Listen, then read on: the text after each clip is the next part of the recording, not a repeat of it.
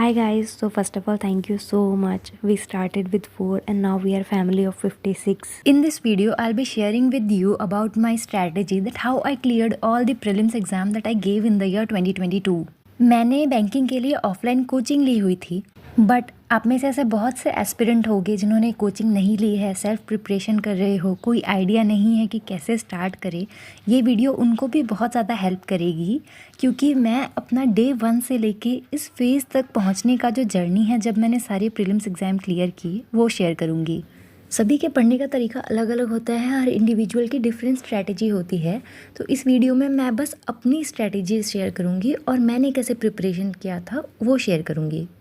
मैं क्वांट्स से ही स्टार्ट करूँगी क्योंकि क्लास 10 के बाद से इस सब्जेक्ट से बिल्कुल ही मेरा कनेक्शन ख़त्म हो गया था। फिर जब मैंने बैंकिंग की प्रिपरेशन करी उसके बाद ये सब्जेक्ट मुझे फिर से मिला। तो जो मेरा डे 1 था कोचिंग में, हमने 1 से 20 तक की टेबल, 1 से 30 तक के क्यूब, 1 से 50 तक के स्क्वायर्स और परसेंटेज और फ्रैक्शन को एक कॉपी में नोट डाउन करवाया गया सबसे पहले।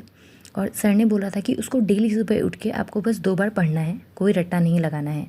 और ये मेरे जैसे स्टूडेंट के लिए बहुत ही अच्छा था क्योंकि मैं जब चीज़ें एक बार रट्टा लगा के छोड़ देती हूँ, मैं उसको दोबारा रिवाइज़ नहीं करती। मुझे लगता है याद तो हो ही गया है, अब क्यों पढ़ूँ फिर। अब आता है डे 2। तो डे 2 पे हमें कैलकुलेशन की शॉर्ट ट्रिक्स सिखाई गई थी।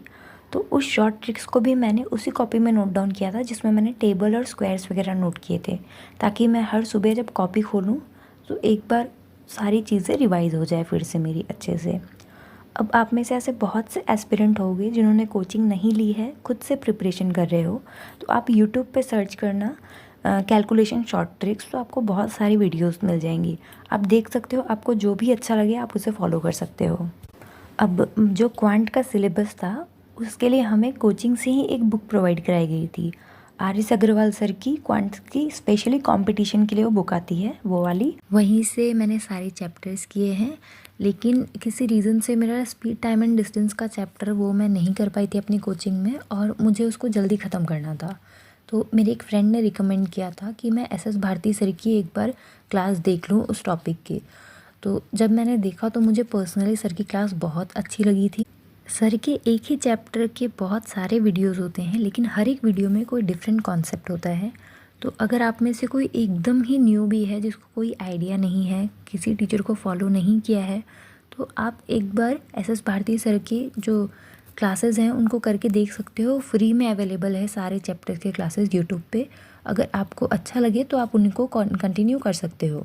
और इसके साथ ही जितने भी न्यू चैप्टर्स के जो फार्मूला होते थे वो सारे मैं उसी कॉपी में नोट करती थी जिसमें मैंने टेबल स्क्वायर वगैरह लिखी थी, ताकि मैं जब भी उसे देखूं तो मैं ये सारी चीज़ें साथ के साथ एक बार फिर से रिवाइज़ कर लूँ। अब इससे क्या हुआ ना कि जैसे ही मेरा क्वांट्स का सिलेबस कंप्लीट हुआ तब तक ये सारी चीज़ें मुझे बहुत ही अच्छे से याद हो गई थी। टेबल, स्क्वायर, फ्रैक्शन की वैल्यू, इवन जो फार्मूलाज होते हैं चैप्टर के, कैलकुलेशन के शॉर्ट ट्रिक्स, डेली देखने की वजह से बहुत अच्छे से मुझे ये सारी चीज़ें याद हो गई थी। और जब मेरा क्वांट्स का सिलेबस कंप्लीट हो गया तो उसके बाद मैंने स्टार्ट करी प्रैक्टिस, क्योंकि बैंकिंग के जो प्रीलिम्स के एग्ज़ाम होते हैं उसमें हमारा जो ये 3 टॉपिक है वो बहुत ही इजी है और स्कोरिंग है। Simplification, quadratic equation, missing and wrong number series. इन तीनों टॉपिक में से कभी कभी तो या तो आपको तीनों टॉपिक मिल जाएंगे उस आपके एक शिफ्ट में, या फिर कोई 2 टॉपिक। और ये जो होते हैं 10 to 12 मार्क्स के ज़रूर आते हैं, कभी कभी 15 मार्क्स के भी आ जाते हैं। तो मैंने सबसे पहले इस पे ही अपना स्पीड बहुत ज़्यादा इम्प्रूव किया। हमारी कोचिंग से ही सर ने टेक्स्ट बुक की पासेस प्रोवाइड कराई हुई थी। तो वहाँ पे एक ऑप्शन आता है उस ऐप में, प्रैक्टिस बोल के। हर एक चैप्टर का बहुत सारा क्वेश्चन होता है और लेवल्स भी हैं। तो आप अपने अकॉर्डिंग जो भी लेवल पे देना चाहो उस लेवल पे टेस्ट दे सकते हो। लेकिन ये जो चीज़ है ना प्रैक्टिस वाली, ये सभी मॉक्स में अवेलेबल होती हैं। उस टाइम पे मुझे पता नहीं था क्योंकि एकदम न्यू थे हम, तो जो हमें कोचिंग से प्रोवाइड कराई गई थी हमने उसी से प्रैक्टिस कर लिया। बट अगर olive board, practice mock, text book, Byju, आप जिस पे भी जाओ सब पे ये जो चैप्टर वाइज टेस्ट है वो अवेलेबल होते हैं। आप जिससे जितना प्रैक्टिस करोगे आपकी स्पीड उतनी ही बढ़ेगी। इसके बाद सेकेंड मोस्ट इम्पॉर्टेंट जो टॉपिक है वो है DI। तो मैं पहले जो 1 आवर स्टार्ट करती थी अपने क्वांट्स के लिए, उसमें ये 3 टॉपिक रखती थी। Simplification, quadratic equation, missing and wrong number series. इसमें मैं जितने क्वेश्चन प्रैक्टिस कर लूँ उसके बाद मैं रखती थी DI को। जितनी अलग अलग टाइप की मैं DI कर लूँ, पाई चार्ट हो, लाइन ग्राफ हो, बार ग्राफ हो, उसके लिए मैंने पूरा 1 आवर दिया था DI को भी, क्योंकि DI बहुत इंपॉर्टेंट है, ना कि सिर्फ प्री के लिए बट मेंस के लिए भी। तो आप DI के लेवल जितना आप बढ़ाओगे आपके लिए उतना ही बेनिफिशियल होगा आगे चल के भी। इसके बाद आता है last but not least arithmetic, जो कि 10 to 12 मार्क्स या फिर कभी कभी 15 मार्क्स का ये भी आता है एग्ज़ाम में। तो इसके लिए तो बुक में ऑलरेडी एक्सरसाइज के बहुत सारे क्वेश्चन थे, तो ये मेरी अच्छी खासी प्रैक्टिस हो गई थी बुक से ही करके। उसके बाद जब मैंने मॉक टेस्ट लगाना स्टार्ट किया तो वहाँ से और ज़्यादा क्लैरिटी मिलती गई मुझे। मैंने जो मॉक टेस्ट लिए थे वो ऑलिव बोर्ड, प्रैक्टिस मॉक और टेक्स्ट बुक। आप जितना ज़्यादा मॉक दोगे आपके लिए उतना बेनिफिशियल होगा। मैंने जो मॉक दिए तो मुझे रियलाइज़ हुआ कि हाँ, मेरी स्पीड भी बढ़ रही है धीरे धीरे। क्वेश्चंस भी बहुत अलग अलग टाइप के मिलते हैं मॉक में, तो इससे आपकी और भी ज़्यादा अच्छी प्रैक्टिस होगी। आप जितना प्रैक्टिस करोगे आपके लिए उतना ही ज़्यादा फ़ायदा होगा, इससे आपकी और स्पीड बढ़ती ही जाएगी। अब बहुत बार क्या होता है, हमें सब कुछ आता है लेकिन हमारे स्कोर नहीं आते। उसका रीज़न है कि सही अप्रोच नहीं पता होती। जब मैंने भी स्टार्ट किया था तो मुझे सब चैप्टर का नॉलेज था, सब कुछ पता था, लेकिन फिर भी स्कोर नहीं आ रहे थे, मार्क्स नहीं आ रहे थे। रीज़न था मेरा गलत अप्रोच। मुझे पहले जो क्वेश्चन मिलता था मैं उसी से स्टार्ट करती थी, बट मॉक लगाने के बाद ही मुझे रियलाइज़ हुआ कि नहीं, मैं कुछ चीज़ें गलत कर रही हूँ। जैसे जो टॉपिक सबसे ईजी है, सिंप्लीफिकेशन, क्वाड्रेटिक इक्वेशन और मिसिंग या रॉन्ग नंबर, तो मैं सबसे पहले इससे शुरू करूँ क्योंकि ये स्कोरिंग है और जल्दी सॉल्व भी हो जाएंगे। इसके बाद आते हैं DI पे, क्योंकि एक DI में 4 से 6 तक क्वेश्चन हो सकते हैं, तो ये भी बहुत स्कोरिंग है। उसके बाद लास्ट में मैं सॉल्व करती थी अरिथमेटिक को, ताकि अगर 1-2 क्वेश्चन छूट भी जाए तो कोई इशू ना हो, 1-2 मार्क्स ही जाएंगे। लेकिन अगर सिंप्लीफिकेशन या DI लास्ट में मैंने रख दिया और टाइम कम बचा, पैनिक के चक्कर में मेरे अच्छे खासे नंबर उड़ सकते हैं। अब आते हैं रीजनिंग पे। तो रीजनिंग मेरे लिए कम्प्लीटली न्यू सब्जेक्ट था। हो सकता है मेरे जैसे बहुत से एस्पिरेंट होंगे जिनके लिए कम्प्लीटली न्यू सब्जेक्ट हो। तो रीजनिंग के लिए हमें कोचिंग से ही बुक प्रोवाइड कराई गई थी जिसका नाम था एस रीजनिंग, शायद, जो कि अड्डा 247 की बुक है। तो रीजनिंग में हमें सबसे पहले जितने मिसलिनियस टॉपिक थे उसे ख़त्म कराया गया, जैसे ब्लड रिलेशन, डिस्टेंस डायरेक्शन, और ये सारे इतने छोटे छोटे टॉपिक होते हैं कि आप चाहो तो एक दिन में 2 चैप्टर भी ख़त्म कर सकते हो। और क्वेश्चन प्रैक्टिस के लिए इस बुक से आप एक्सरसाइज से क्वेश्चन प्रैक्टिस कर सकते हो, या फिर आप अगर कोई भी आपने मॉक टेस्ट लिया हुआ है तो उसमें भी होता है प्रैक्टिस बोर्ड के ऑप्शन, या फिर फ्री टेस्ट होते हैं, वो आप आराम से करके वहाँ से भी प्रैक्टिस कर सकते हो। एक चैप्टर जो कि बहुत छोटा है, बहुत स्कोरिंग है, बहुत इजी है, लेकिन बहुत कंफ्यूजिंग है, वो है सिलोगिज्म। तो इसको करने में मुझे 2-3 दिन लग गए थे, इस चैप्टर के हर एक जो कॉन्सेप्ट होते हैं उसको समझने में। इसके बाद जब हमारा सारा मिसलेनियस का टॉपिक ख़त्म हो गया तो फिर पज़ल और सिटिंग अरेंजमेंट सिखाया गया था। जितनी आप पज़ल और सिटिंग अरेंजमेंट की प्रैक्टिस करोगे उतना ही ज़्यादा अच्छा होगा, क्योंकि ये जो प्री के एग्ज़ाम में 20 to 25 मार्क्स के बीच में वेरी करते हैं और बहुत ही इंपॉर्टेंट है। मेंस के लिए भी बहुत ज़्यादा इंपॉर्टेंट है पज़ल्स। इसके लिए भी आप हर एक चैप्टर के अगर यूट्यूब पर डालोगे तो बहुत सारे वीडियोज़ है, बहुत सारे टीचर्स है जिन्होंने बहुत अच्छे से सिखाया हुआ है। और अगर मैं किसी टीचर का नाम रिकमेंड करूं तो आप अंकुश लांबा सर को देख सकते हो। सर ऑलरेडी बहुत फेमस है, बहुत सारे बच्चे आप में से उनको जानते होंगे, प्री के लिए भी और मेंस के लिए भी।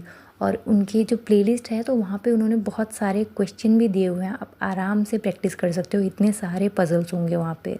तो अब आते हैं मॉक टेस्ट पे। आप जितना मॉक टेस्ट लगाओ उतना अच्छा, आपकी प्रैक्टिस उतनी ज़्यादा होगी, आपका स्पीड उतना ज़्यादा बढ़ेगा। तो मैं रीजनिंग के लिए मेरी क्या अप्रोच थी, मैं सबसे पहले मिसलिनियस सॉल्व करती थी, क्योंकि कभी कभी क्या होता है ना, कोई कोई पज़ल मुझसे सॉल्व नहीं होती थी और मैं उसमें अटक जाती थी, तो मेरा बहुत टाइम वेस्ट हो जाता था। तो मुझे जो चैप्टर सबसे इजी लगते थे मिसलिनियस में, जैसे मुझे प्रैक्टिस के बाद सिलोगिज्म बहुत अच्छा लगता था, चाइनीज़ कोडिंग बहुत अच्छी लगती थी, तो मैं पहले इन क्वेश्चन को ढूंढती थी। अगर ये क्वेश्चन मिलने से मैं सबसे पहले इससे स्टार्ट करती थी और ट्राई करती थी पहले सारे मिसलिनियस सॉल्व कर लूँ, उसके बाद मैं पज़ल्स और जो सिटिंग अरेंजमेंट की क्वेश्चन होती थी उसको सॉल्व करती थी। ओके, तो अब आता है इंग्लिश। इंग्लिश के लिए मैंने पर्सनली कोई बुक फॉलो नहीं करी थी और इंग्लिश के लिए मैंने अपनी खुद से सेल्फ प्रिपरेशन करी है। तो इंग्लिश के लिए मैंने 2 चीज़ें मेनली करी हैं। सबसे पहले इंग्लिश माध्यम चैनल है एक टेलीग्राम पे, वो फॉलो किया था, और दूसरा मॉक टेस्ट। बस यही दोनों चीज़ें मैंने करी हैं। और अगर कभी किसी कॉन्सेप्ट में मुझे डाउट होता था तो मैं अड्डा पे एक सर हैं संतोष रे सर, उनकी क्लासेस देख लेती थी कभी कभी। तो जो इंग्लिश माध्यम चैनल है वहाँ पे वो लोग एडिटोरियल प्रोवाइड कराते हैं, डेली एडिटोरियल, उसके साथ वकैब भी होती है और नीचे प्रैक्टिस होता है। प्रैक्टिस क्वेश्चन में क्या होते हैं, आरसी भी होती है, पैराजम्बल्स भी होते हैं, क्लोज टेस्ट भी होते हैं और एरर डिटेक्शन भी होते हैं। तो इससे मेरी सारी चीज़ें एक साथ में प्रैक्टिस हो जाती थी। पहला मेरा रीडिंग हो जाता था, दूसरा मेरे वकैब हो जाती थी और तीसरा जो भी चीज़ें इंग्लिश के लिए चाहिए वो सारी इसमें ऑलरेडी प्रैक्टिस के लिए उन्होंने दिए हुए हैं। तो ये मेरी प्रैक्टिस हो जाती थी। और साथ ही में इंग्लिश का सेक्शनल मॉक देती थी मैं।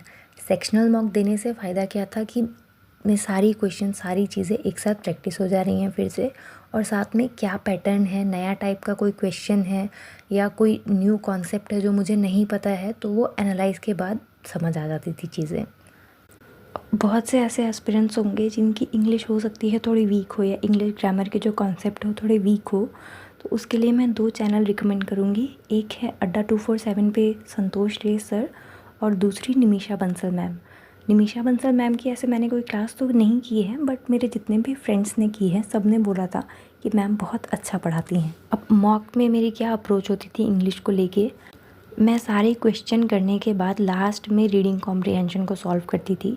क्योंकि कभी कभी क्या होता था, मुझे ऐसा लगता था कि कुछ क्वेश्चन में मेरा बहुत ज़्यादा टाइम चला जा रहा है आरसी में, तो इसीलिए मैं आरसी को हमेशा लास्ट में रखती थी।